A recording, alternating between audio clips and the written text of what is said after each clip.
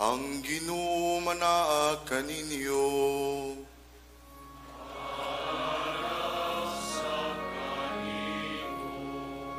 Kinutlo gikan sa Ebanghelyo sumala ni Lucas.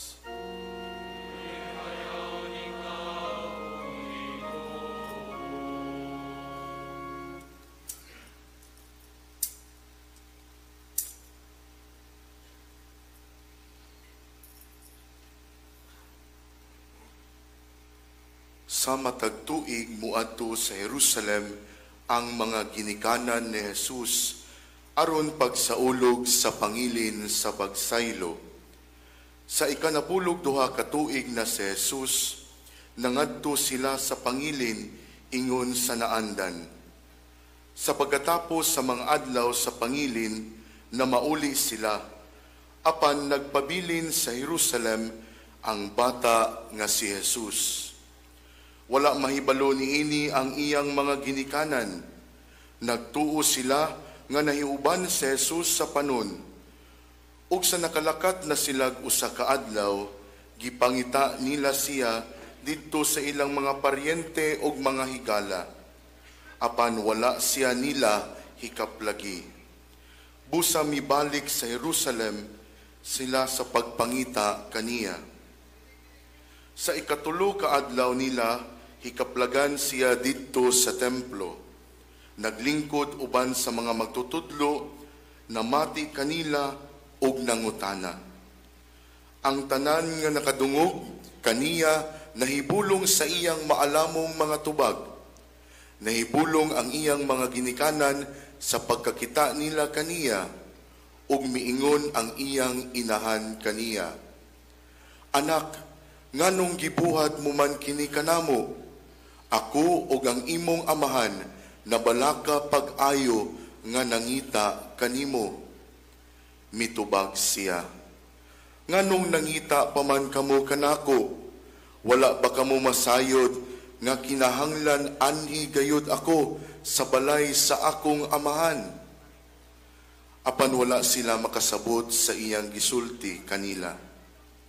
Mipauli si Jesus sa Nazareth uban kanila ug nagmasinugtanon siya kanila. Kining tanan gitipigan sa iyang inahan sulod sa iyang kasing-kasing ug mitubo si Jesus sa lawas ug sa kinaadman ug gikahimut-an siya sa Dios ug sa mga tawo. Ang Ebanghelyo sa Ginoo.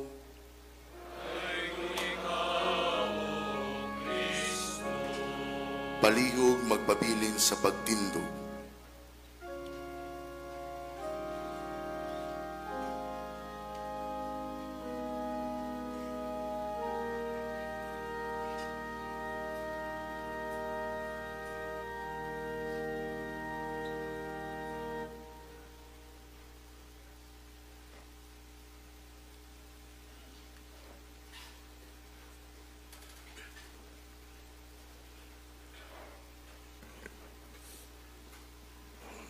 Ato nga may mga lingkuran, pwede na mo lingkod na. Mga hinigugma diya ni Kristo, salamat sa Diyos nining higayon sa atong panagtigom din sa Pilgrim Center Santo Niño Basilica o sa kasing-kasing nga mapinasalamaton o malipayon.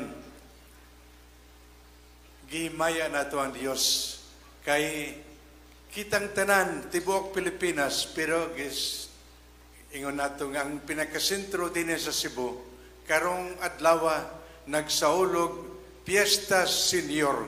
Viva Senior Santo Niño, Pit Senior!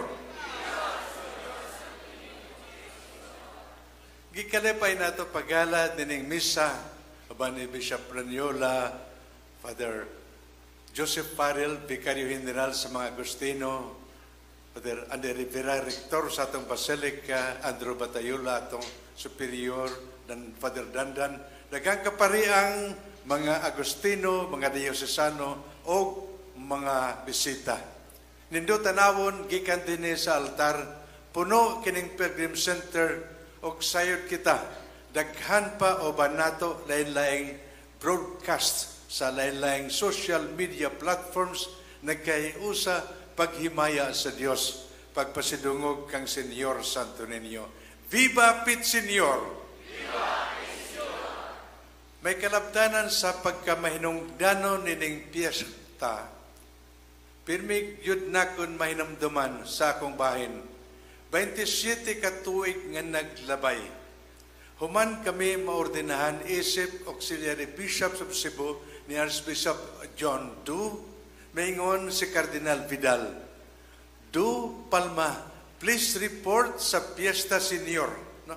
Karong piyesta nga naman, because I will announce to the Cebuanos during that fiesta nga kamo ang mga bagong auxiliary bishops. Ang kamahinungdanon sa piyesta o ang iyang pagpasayod nga dapat maseran sa Cebuano duha ka mga auxiliary bishops. Gisampit na ko kini kay sa akong pumalandong karong buntaga 27 years later, no? Karong Fiesta Senior. Officially, mao akong retirement nga misa. kay nga naman, no? Sunod nga bulan sa Marso, 75 na ko, no? Mao kini ang retirement age sa mga obispo. Kamatuoran nga istorya na nakon si Cardinal Robert Prevost Agustino, no? Chief sa mga Agustino, ingon ko, Eminence, you will receive my letter. Kay 75 na gyud ko, no? Depende niya kung dawaton niya dayon kay basta mingon siya kusog ka pa man mag-golf, no? Depende lang yun, no? Pero basta 75, that I am sure. Gisampit na ko, kini kay malipayo na ko, sa grasya ni Senyor Santo Niño, naglabay nga mga tuig, giasay na ko dinhi, nangato ko Samar, na ima ako nga Samaritano, no? 7 ka tuig. Nga to sa Leyte, nagtabok sa dagat, balik gihapon sa Cebu. Matod pa sa ako, mga igsoong, mga bispo, si Joe Palma, wala ka pa uli, happily stranded in Cebu. Kaya na-stranded na ako, kaya wala ka pa uli sa Iloilo. Pero sa tinuod, malipayon ako. Sa tanang mga kaigsoon na natong Agustino, nga nagpopularize nining debosyon kay Senyor Santo Niño. Kay kamatuoran, kini, diya na sa tibok kalibutan. Lain-laing mga okasyon, nibitar kami sa Roma, sa Milano, no? Dito sa Espanya, sa Guam, no? Sa Canada, no? Singapore, Amerika. Fiesta Senior Santo Niño de Cebu. Mao nga, on a personal note, pasalamat ako kay natuo mangyud kuta, no nga, the Agustinians were, of course, the first, and they continue to make the devotion truly a real devotion. Pakpakanan naton mga Agustino. No? Nalipay kita kay dinhi sa Cebu. It is both a religious and, of course, a civil fiesta. Because religiosity should be expressed in culture. Mga culturally, ang atong sinulog, Senyor Santo Niño gihapon. Kung makakita ka sinulog gawa ninyo, di iniurig. No. Klaro kayo, no? The Niño is always there. Mao nga gikalipay nato, kay makaingon gud kita. Kita nga Cebuano og tanan nga natuo kay Senyor Santo Niño ever since Senyor Santo Niño bato balani sa gugma. Og through the years, makaingon gihapon kita, Senyor Santo Niño, paglaom sa mga pagsulay, tuburan sa kalipay. Amen? Kung malipayon kita tungo sa gasa ni Lord, gugma ni Senyor Santo Niño, salamat. Pero kini, tungod niya. Og panahon sa pagsulay, kini atong dangpanan og atong paglaom. Amen? Mga hinigugma. Ang atong tema, no, Senyor Santo Niño, no, journeying together in hope. Kini base gihapon sa awag Santo Papa. Kay gusto niya pumalandungan nato naglabay nga mga tuig nga nangagi dako kayo nga pandemya. Just to mention 2020, COVID. Tibuok kalibutan, pipila ka libo na nga matay. Dinin nato, bisan na lang udet, daghang mga bagyo o baha. Pero simple nga pagkasulti, kaluoy sa Dios, nakalabang kita. We have survived. And now, in this point in time, we look back with the new eyes of gratitude, pagpasalamat, o maingon kita. Because we survived, salamat sa Diyos. We have to revive.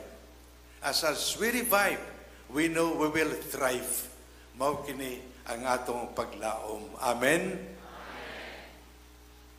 Senyor Santo Niño, uban nato sa pilgrimage of the church. Hatakan na nako pipila ka punto sa atong pamalandong. Pasensyala ka mo kay 27 katuig na gid ako nag-obispo. 27 minutos ini. No. Mga hinigugma. Una, no. Pamalandong nato sa imahen nining batang Dios. Daghan gud maingon, no. Ipamanggod, no, ang nawong ni Senyor Santo Niño, tanawa, no? Kung atong tanawon as reflected by many, no, diha makita nato, matod pa man, no, ang Diyos nga maluluyon kag mahigugmaon. Kung niadto mga tao nga hadlok pag-una-una sa Dios, magtanaw ikaw ka Senyor Santo Niño, di ka gyud mahadlok. Di ka gyud mahadlok. No? Giyawag niya ikaw pagduol niya. Bisan pa sa atong kahuyang, atong makita sa iyang mga mata pagka maluluyon. O sa atong mga buhat nga maayo, makita nato sa iyang nawong pagka malipayon. Amen. Siya ang ninyo nga para nato. No? Tinuod yun. Tuburan sa kalipay o paglaom sa mga pagsulay. Amen. Mao nga natong tanan, pirmi nato gipahinomdom. Pakusgo nato ang debosyon kay Senyor Santo Niño. O salamat sa daghang mga devotees, salamat sa daghang hermanos, hermanas, o kitang tanan nga doon nagyud debosyon kay Senyor Santo Niño. Sa iyang pagkabata, makita nato ang iyang pag-uban nato, tuburan sa kalipay, paglaom sa pagsulay. Amen? Ikaduhang punto. Sa atong nadungog, gibasa ng Ebanghelyo, 12 anyos, when he was teenager, dunay punto nga angay natong pamalandungan. Sa iyang pagpabilin, gipangita ni Maria o ni Jose. Ngano man anak nga gibuhat mo kininamo? Matod pa man niya, don't you know, no, ngano gipangita ninyo ako? Don't you know I am with my Father's business. Unsa may leksyon alang natong tanan sa atong panaw sa pagtuo, sa atong panaw sa kinabuhi. Kung atong una-unaon, salamat sa Dios sa atong ginikanan nga dunay gugma, dunay kabalaka, dunay pagmahal alang natong tanan. And so Jesus was obedient to Mary and Joseph. Mauunta gihapon kita sa atong ginikanan, atong pagtawad, atong paghigugma, atong pagpasalamat sa ilang kaayo alang natong tanan. And yet, nining iksina maingon si Jesus, are you not aware I am in my Father's house, in my Father's business? Unsa may leksyon alang natong tanan. Even as we thank our parents for their love, there we are reminded, we are children of our parents, pero we are children of God, no, in a higher degree, in a higher level. Mao nga salamat sa ilang maayong plano, pero una-unaon nato, ano man ang plano sa Dios alang nato, personally and as a community. Kaya tinuod man yun, no? Doon ay ginikanan, doon na sila mingon, anak, mao kini among plano alang nimo. Question. Unsa may plano ni Lord? Nalipay ako pag una-una, I will not mention names kay daghana. Pananglit lang, may mga bata nga gusto magpare. At first, ilang ginikanan na dili. No? Ayaw anak, ano nga magpari ka, usa ka lang nga lalaki. Usalay ka nga anak. Ma, pinsan na ako may kuling ako. No? Daghan. No? Mingon, ano ba? Mao ba? And if they pursue that calling, I know, I can mention names. Sooner or later, their parents are most happy nga gisunod nila ang ilang pagmati sa plano sa Dios. Daghan, even in terms of vocation, in terms of plan for life. Mao nga, in our pilgrimage of faith, pasalamat kita sa mga maayong plano sa atong ginikanan, and yet, in a higher level, kung sa may atong discernment in the Spirit sa plano sa Diyos. Amen? Ikatulong punto, sa panaw sa kinabuhi ni Senyor Santo Niño. Sayang pagdako, sayod kita. Nagtawag siya mga apostles, disciples. Nagtigom siya mga sumusunod. Gipahinamdam kita og salamat sa Dios sa atong simbahan. Matud pa ni Saint John Paul II. We thank the Lord for calling so many. Og dunay duha ka main gifts of the Lord, hierarchical gifts and charismatic gifts. Nganong nga gi-mention nako kini? Kinalipay ako pagtanaw daghang kaparian in front of me here. No? They share in the hierarchical gifts, sharing in the gifts that were given to the hierarchy, to the apostles. Lain-laing gift, no? Sayod naman kita. Nalipay ako pananglit, daghan ako giordinahan Agustino, pero lately, Archdiocese of Cebu, 9 priests, 14 deacons. Pagkanindot, no? Hierarchical gifts. But ipasabot, they share in the gift of Jesus as priest, king, no? And of course, prophet. And yet, matod pa ni St. John Paul II, dili tanan apostles. There are many disciples. They share in the various charismatic gifts. No?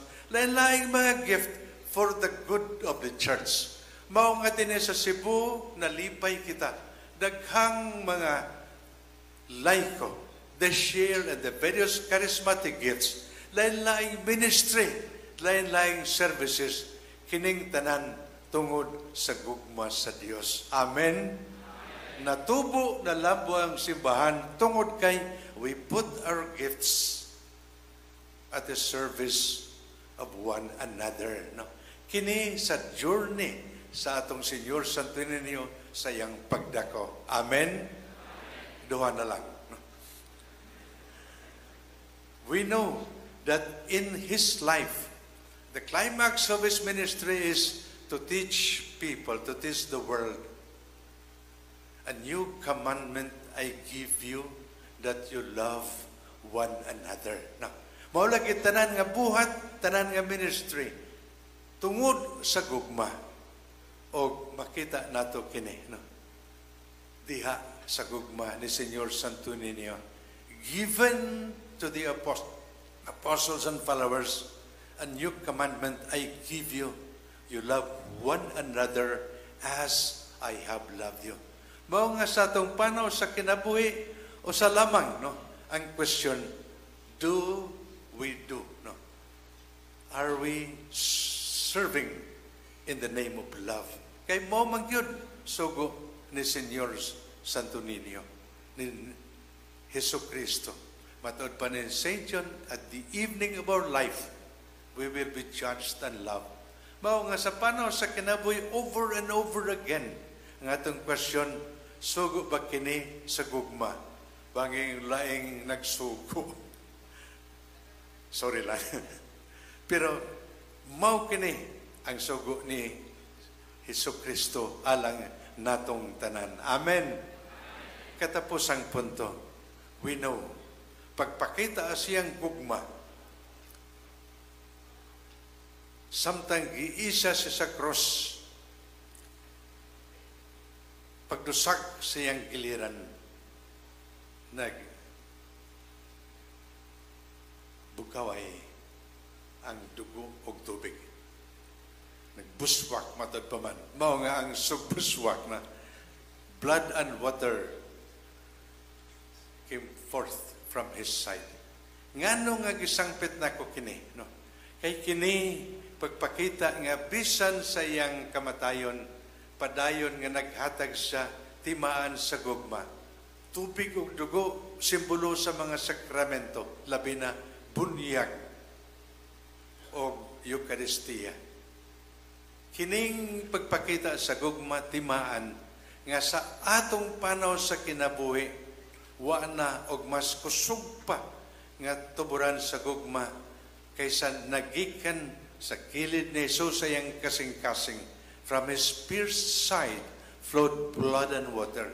And as we partake of this source of grace, labi na ang Eucharistia, sayod kita nga sa panahon sa pagtuo, ang gugma sa Dios di masipyat. Tungod kay, matod pa ni St. Paul, kung sadto nga kita makasasala pa, gihala niya iyang kinabuhi alang natong tanan, mas pakaron nga kita iyang mga higala, iyang mga kaigsuunan. And so, my dear brothers and sisters, when we discern, when we reflect and hope, kay karong tuig at Jubilee year, we are pilgrims of hope. No? Gipasalig kita, nga kining paglaom di masipyat, kay kini bunga sa gugma sa Dios. O ang gugma sa Dios di masipyat. Nothing can ever separate us from the love of the Niño. Nothing can ever separate us from the love of God. Mao nga padayon kita maglaom, magpaabot maayong mga butang. Kayang Diyos nga higugmaon, andam paghatag nato maayong mga butang. Amen. Kanatong tanan nga padayon nga nagpanaw sa kinabuhi. Mangagi man ang COVID, mangagi man ang udet, mangagi man ang bagyong baha. Nothing can ever separate us from the love of Señor Santo Niño. Amen. Amen. Nothing can ever separate us from the love of God. Amen.